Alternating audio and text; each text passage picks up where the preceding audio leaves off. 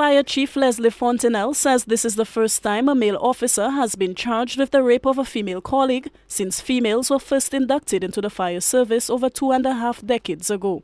A 12-year veteran was charged on Tuesday with the rape of a 19-year-old female officer.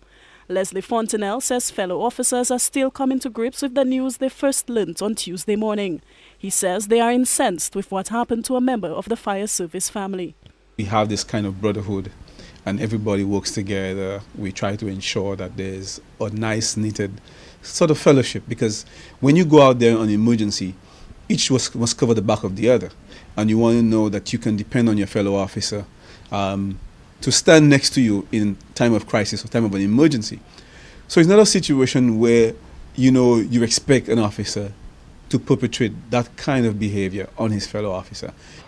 Police say the fire officer was arrested and charged with rape on Tuesday. The male fireman has been arrested and charged by the police department for the offense of rape. He will be taken to court for bail or remand purposes. The chief fire officer says the alleged victim remains traumatized. She was given the day off on Tuesday but is expected back at work on Wednesday. He says there is separate sleeping quarters for women at the barrack room at VG. Fontenelle says there was no evidence of forced entry and thinks a door was left open. He says there will be no additional security measures implemented as a result of the incident.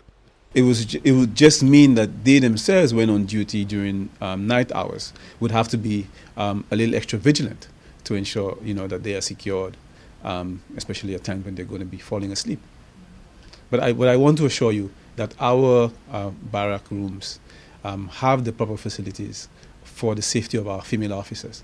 That is why, in the current circumstances at the police training school, we have taken off all our female officers from that facility because we could not provide suitable accommodation for them there. But all our other stations, they are properly catered for. The fire officer will be taken to court on Wednesday. Fire officials hope to provide the victim with counseling. Fontenelle says relations between the two officers were strained for an extended period.